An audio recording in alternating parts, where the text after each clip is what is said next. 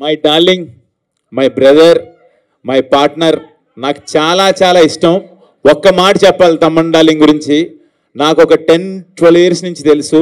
మేము ఇద్దరం క్రికెట్ ఆడేవాళ్ళం, ఓపెనింగ్ బాగా ఆడుతూ ఉండేవాళ్ళం. అప్పుడు తమన్ డార్లింగే నాకు.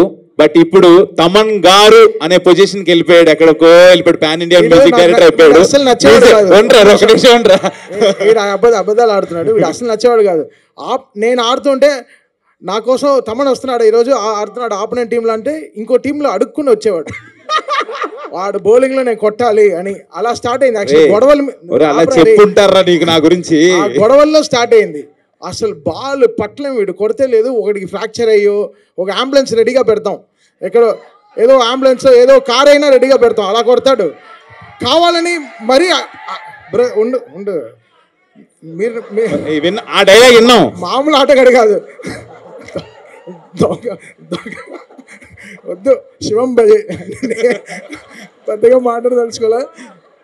ఆట వేరే ఆపండి. ప్లాన్ చేసి వస్తాడు క్రిక్ హీరోస్లో, మరి అదేంటిది నోటిఫికేషన్ చూసి మరీ వస్తాడు.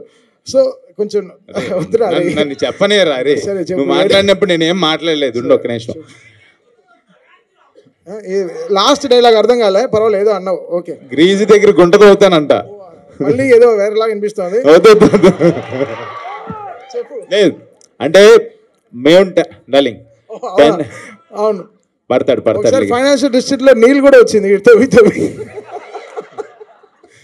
లేదు అంటే జోక్స్ ఏ పార్ట్ అది. కానీ నాకు 10 years బ్యాక్ ఉన్నప్పుడు తమన్ డార్లింగ్, ఇప్పుడున్న పొజిషన్ తను నిజంగా పాన్ ఇండియన్ మ్యూజిక్ డైరెక్టర్ అయిపోయాడు. ఇప్పుడు బేబీ జాన్, ఓజీ, అంటే తన హార్డ్ వర్క్, తను ఏంటి, ఎలా ఉండేవాడు, ఏంటి, ఎలా తను ఏం నమ్ముకున్నాడు, ఈ స్థాయికి ఎలా వచ్చాడో నాకు దగ్గరుండి నేను చూశాను. వాడికి దిష్టి తగలకూడదు, 100% తగలదు. ఇంకా పెద్ద పొజిషన్కి వెళ్ళాలి. ఉండు ఇంకా మంచి పొజిషన్కి వెళ్ళాలి.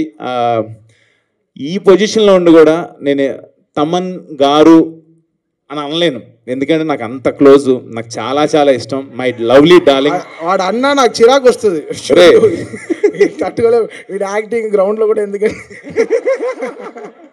Love you darling. పిలవంగానే వచ్చావు, రాత్రి 2:30 వరకు షూటింగ్లో ఉన్నాడు, అయినా పొద్దున్నే నేను చెప్పంగానే వచ్చావు. Love you darling, thank you so much.